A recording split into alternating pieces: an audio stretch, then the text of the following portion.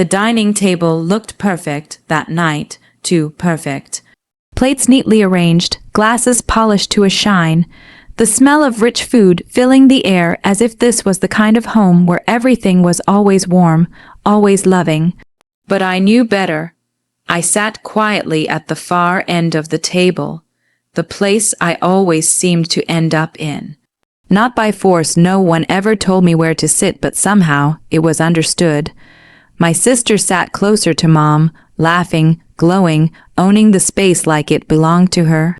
"It always did. Did you hear about my promotion?" she said, her voice carrying effortlessly across the room. "They're already talking about putting me on another project, bigger clients this time." Mom's face lit up instantly. "Of course they are. I always knew you were meant for big things." I kept my eyes on my plate, pushing food around without taking a bite. It wasn't jealousy, not exactly. It was something heavier, something quieter. It was the feeling of being invisible in your own home. "And the bonus," my sister added, leaning back with a proud smile. "Let's just say it's more than some people make in a year."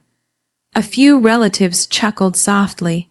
I felt the words brush past me, light but deliberate, like a test balloon floating in the air, waiting to see if anyone would react.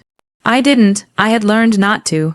"So," she continued, her tone shifting slightly, sharpening just enough to cut, "what about you?" The question hung in the air. I looked up slowly, meeting her eyes for the first time that evening. "What about me?" I asked quietly. She smirked, tilting her head. "Are you still figuring things out? Or is broke your full time career now?" The table erupted in laughter. Not loud, not cruel on the surface, just casual enough to pass as a joke. But jokes have truth hiding inside them. And this one had teeth. I felt my chest tighten, but I kept my face still, calm, blank, like I had practiced 1,000 times before. Then I heard it. Mom laughed. It wasn't hesitant. It wasn't uncomfortable. It was real.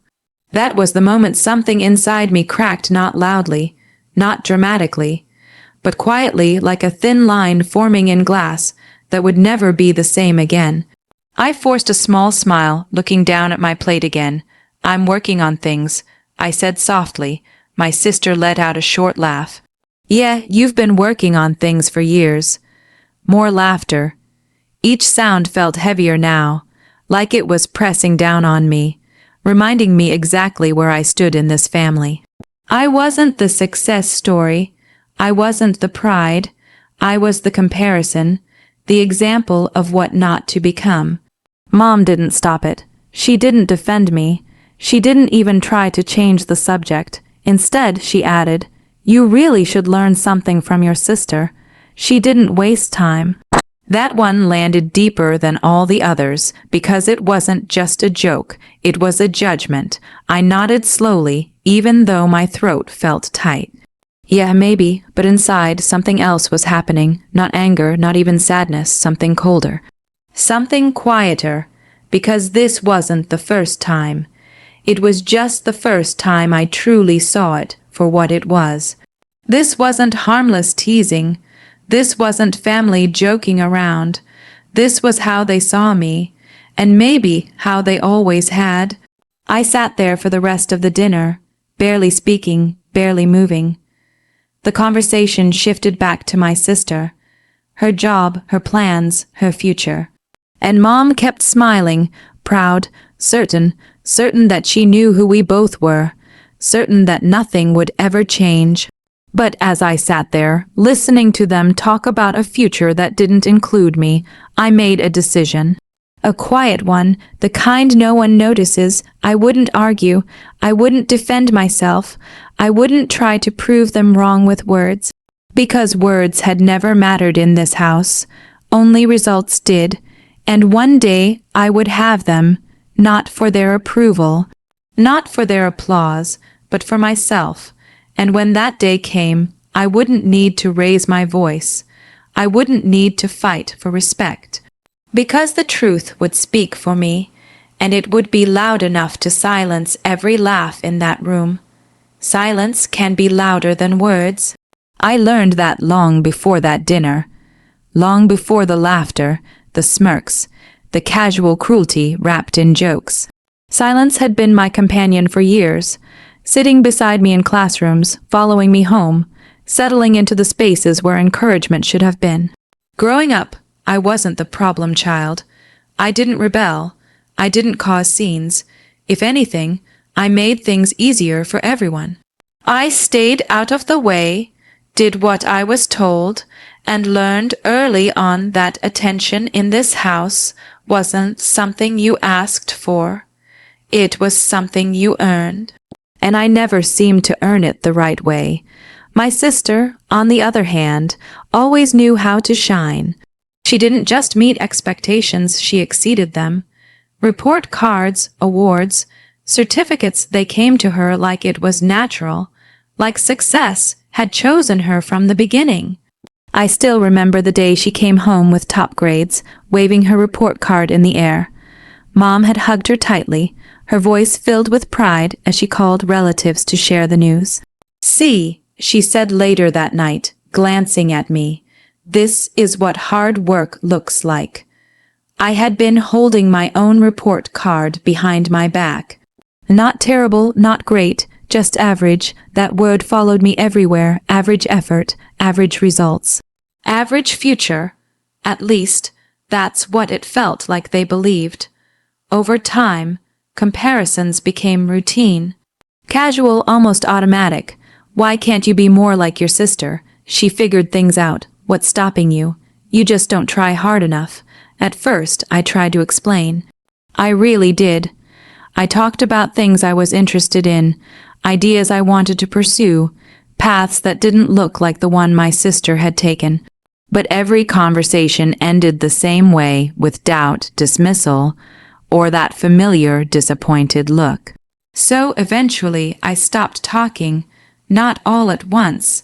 It happened slowly, like a light dimming over time. I shared less, I argued less, I expected less. Silence became safer, because when you don't speak, no one can tell you you're wrong. But silence has a cost. It starts to shape you. It teaches you to shrink yourself before anyone else can. It convinces you that maybe they're right, that maybe you really are less capable, less driven, less enough. There were nights I lay awake, staring at the ceiling, replaying every comment, every comparison, every small moment that chipped away at my confidence. Not because I believed them completely, but because a part of me wondered, what if they were right? Still, even in that doubt, something inside me refused to disappear completely. A quiet resistance. A voice that didn't speak loudly, but didn't go away either. It told me that just because my path looked different didn't mean it was wrong. That taking longer didn't mean failing. That success wasn't a single, narrow road everyone had to follow. I didn't know exactly where I was going yet, but I knew I couldn't stay where I was. So I started making small changes. Nothing dramatic, nothing anyone would notice. I spent more time learning, on my own, in my own way. Late nights turned into early mornings. Mistakes turned into lessons instead of proof that I should quit. And I failed, more than once, more than I wanted to admit. But this time, failure felt different. It didn't feel like confirmation of what they thought about me. It felt like movement, like progress, even if it was slow, and slowly something began to shift, not in them. They still saw me the same way, still spoke to me with that same mix of doubt and mild disappointment. But inside me, things were changing. I stopped needing their approval, not completely, not perfectly, but enough to keep going, enough to stop explaining myself, enough to understand that not everyone would see my potential, and that was okay, because I was starting to see it, and maybe that was all I needed. The silence was still there, but it wasn't empty anymore. It was filled with something new, something steady, something growing, and for the first time I realized something important. I didn't have to be loud to prove anything. I just had to be consistent, because one day all the things I was building in silence would become impossible to ignore. And when that day came, the same silence that once hid me would be the thing that made my success undeniable. Success doesn't always arrive with noise. Sometimes it slips into your life quietly, so quietly that the people who once watched you struggle don't even notice when you stop. That's how it happened for me. There was no single breakthrough moment, no dramatic turning point where everything suddenly changed. Instead, it was a series of small wins stacked on top of each other, so small at first that they almost felt meaningless. But they weren't. Every late night, I spent teaching myself something new mattered. Every mistake I made and refused to run from mattered. Every time I chose to keep going instead of giving up, it all added up. At first, it was just learning. Reading, watching, trying, failing, then trying again. I explored ideas no one in my family cared about, things they probably wouldn't have understood even if I explained them. I took risks that didn't look impressive on the outside because there was nothing to show yet, no title, no recognition, no proof, just effort and patience. There were moments I doubted myself again, moments where the old voices crept back in, whispering the same familiar lines. You're wasting your time. You're not like her. This won't go anywhere. But something had changed in me. I didn't argue with those thoughts anymore. I worked through them quietly. While the house slept, I stayed awake. While others relaxed, I focused, not because I was trying to prove them wrong, but because I had finally decided to prove something to myself, that I could build something real, something mine. The first sign that things were shifting came in a way that almost felt too small to matter. My first real earning, it wasn't much. In fact, if my sister had seen the amount, she probably would have laughed again. But to me it meant everything, because it wasn't given to me. It wasn't luck. It was the result of all those unseen hours, all that quiet persistence. And instead of celebrating loudly, I did what I had learned to do best. I stayed silent. I reinvested. I learned more. I grew. One opportunity turned into another. One project opened the door to something bigger. Slowly, the numbers began to change, not overnight. Not dramatically, but steadily. And steady became powerful. Months passed, then years, and somewhere along the way, I stopped counting small wins because they had turned into something bigger than I ever expected. Stability, then growth, then something close to success, not the kind my family would recognize immediately.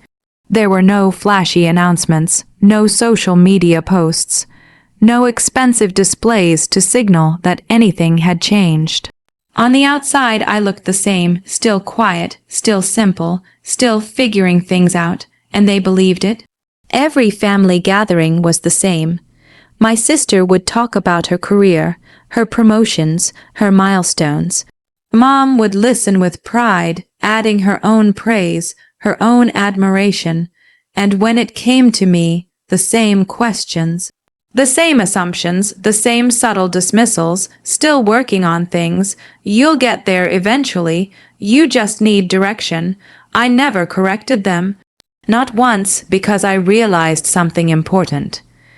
People who don't believe in your journey don't deserve early access to your results. So I let them think what they wanted. I let them believe I was still stuck, still behind, still struggling to catch up. Meanwhile, my reality kept evolving. What started as survival became strategy. What felt uncertain became calculated. I wasn't guessing anymore. I knew what I was doing, and more importantly, I knew where I was going.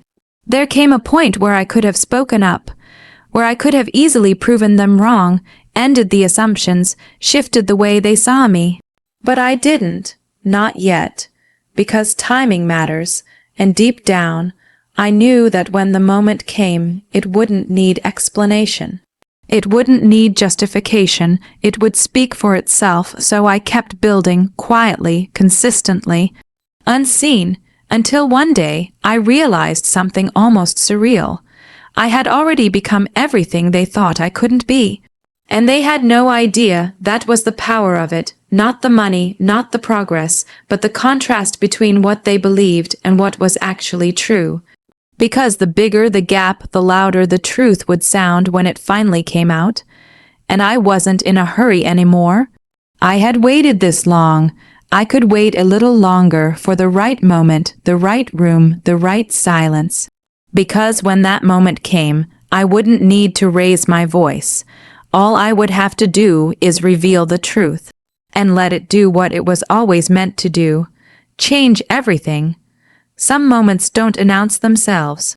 They don't come with warnings or signs or dramatic build-ups.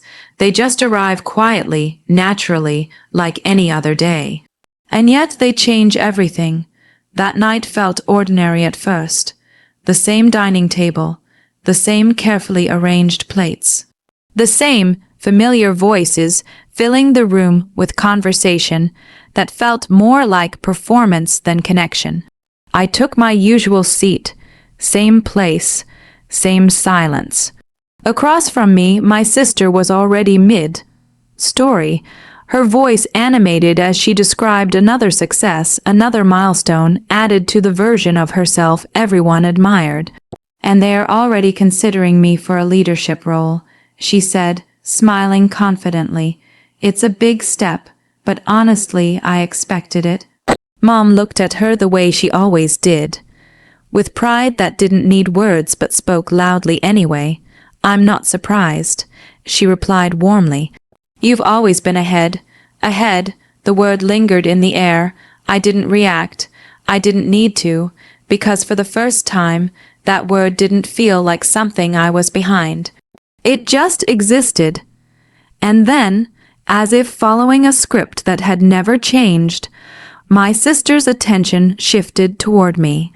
There it was, the moment. So, she said, leaning back slightly, her eyes scanning me with that same familiar mix of curiosity and quiet judgment. What about you?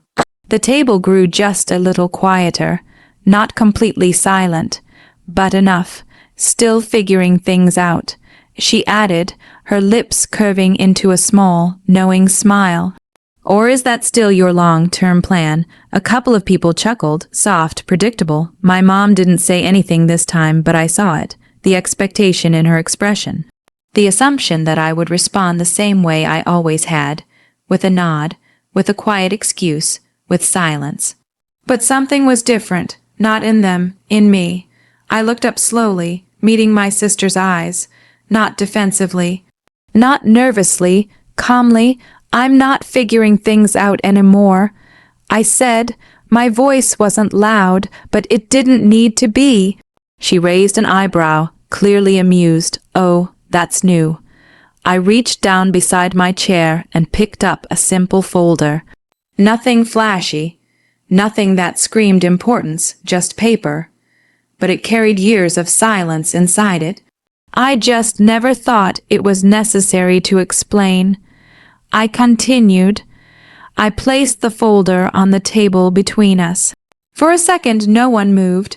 Then my sister let out a soft laugh and reached for it. What is this? A plan? Her tone was light, dismissive, confident, but confidence is fragile when it's built on assumptions. As she opened the folder, that confidence began to shift. I watched it happen in real time. The smirk faded first.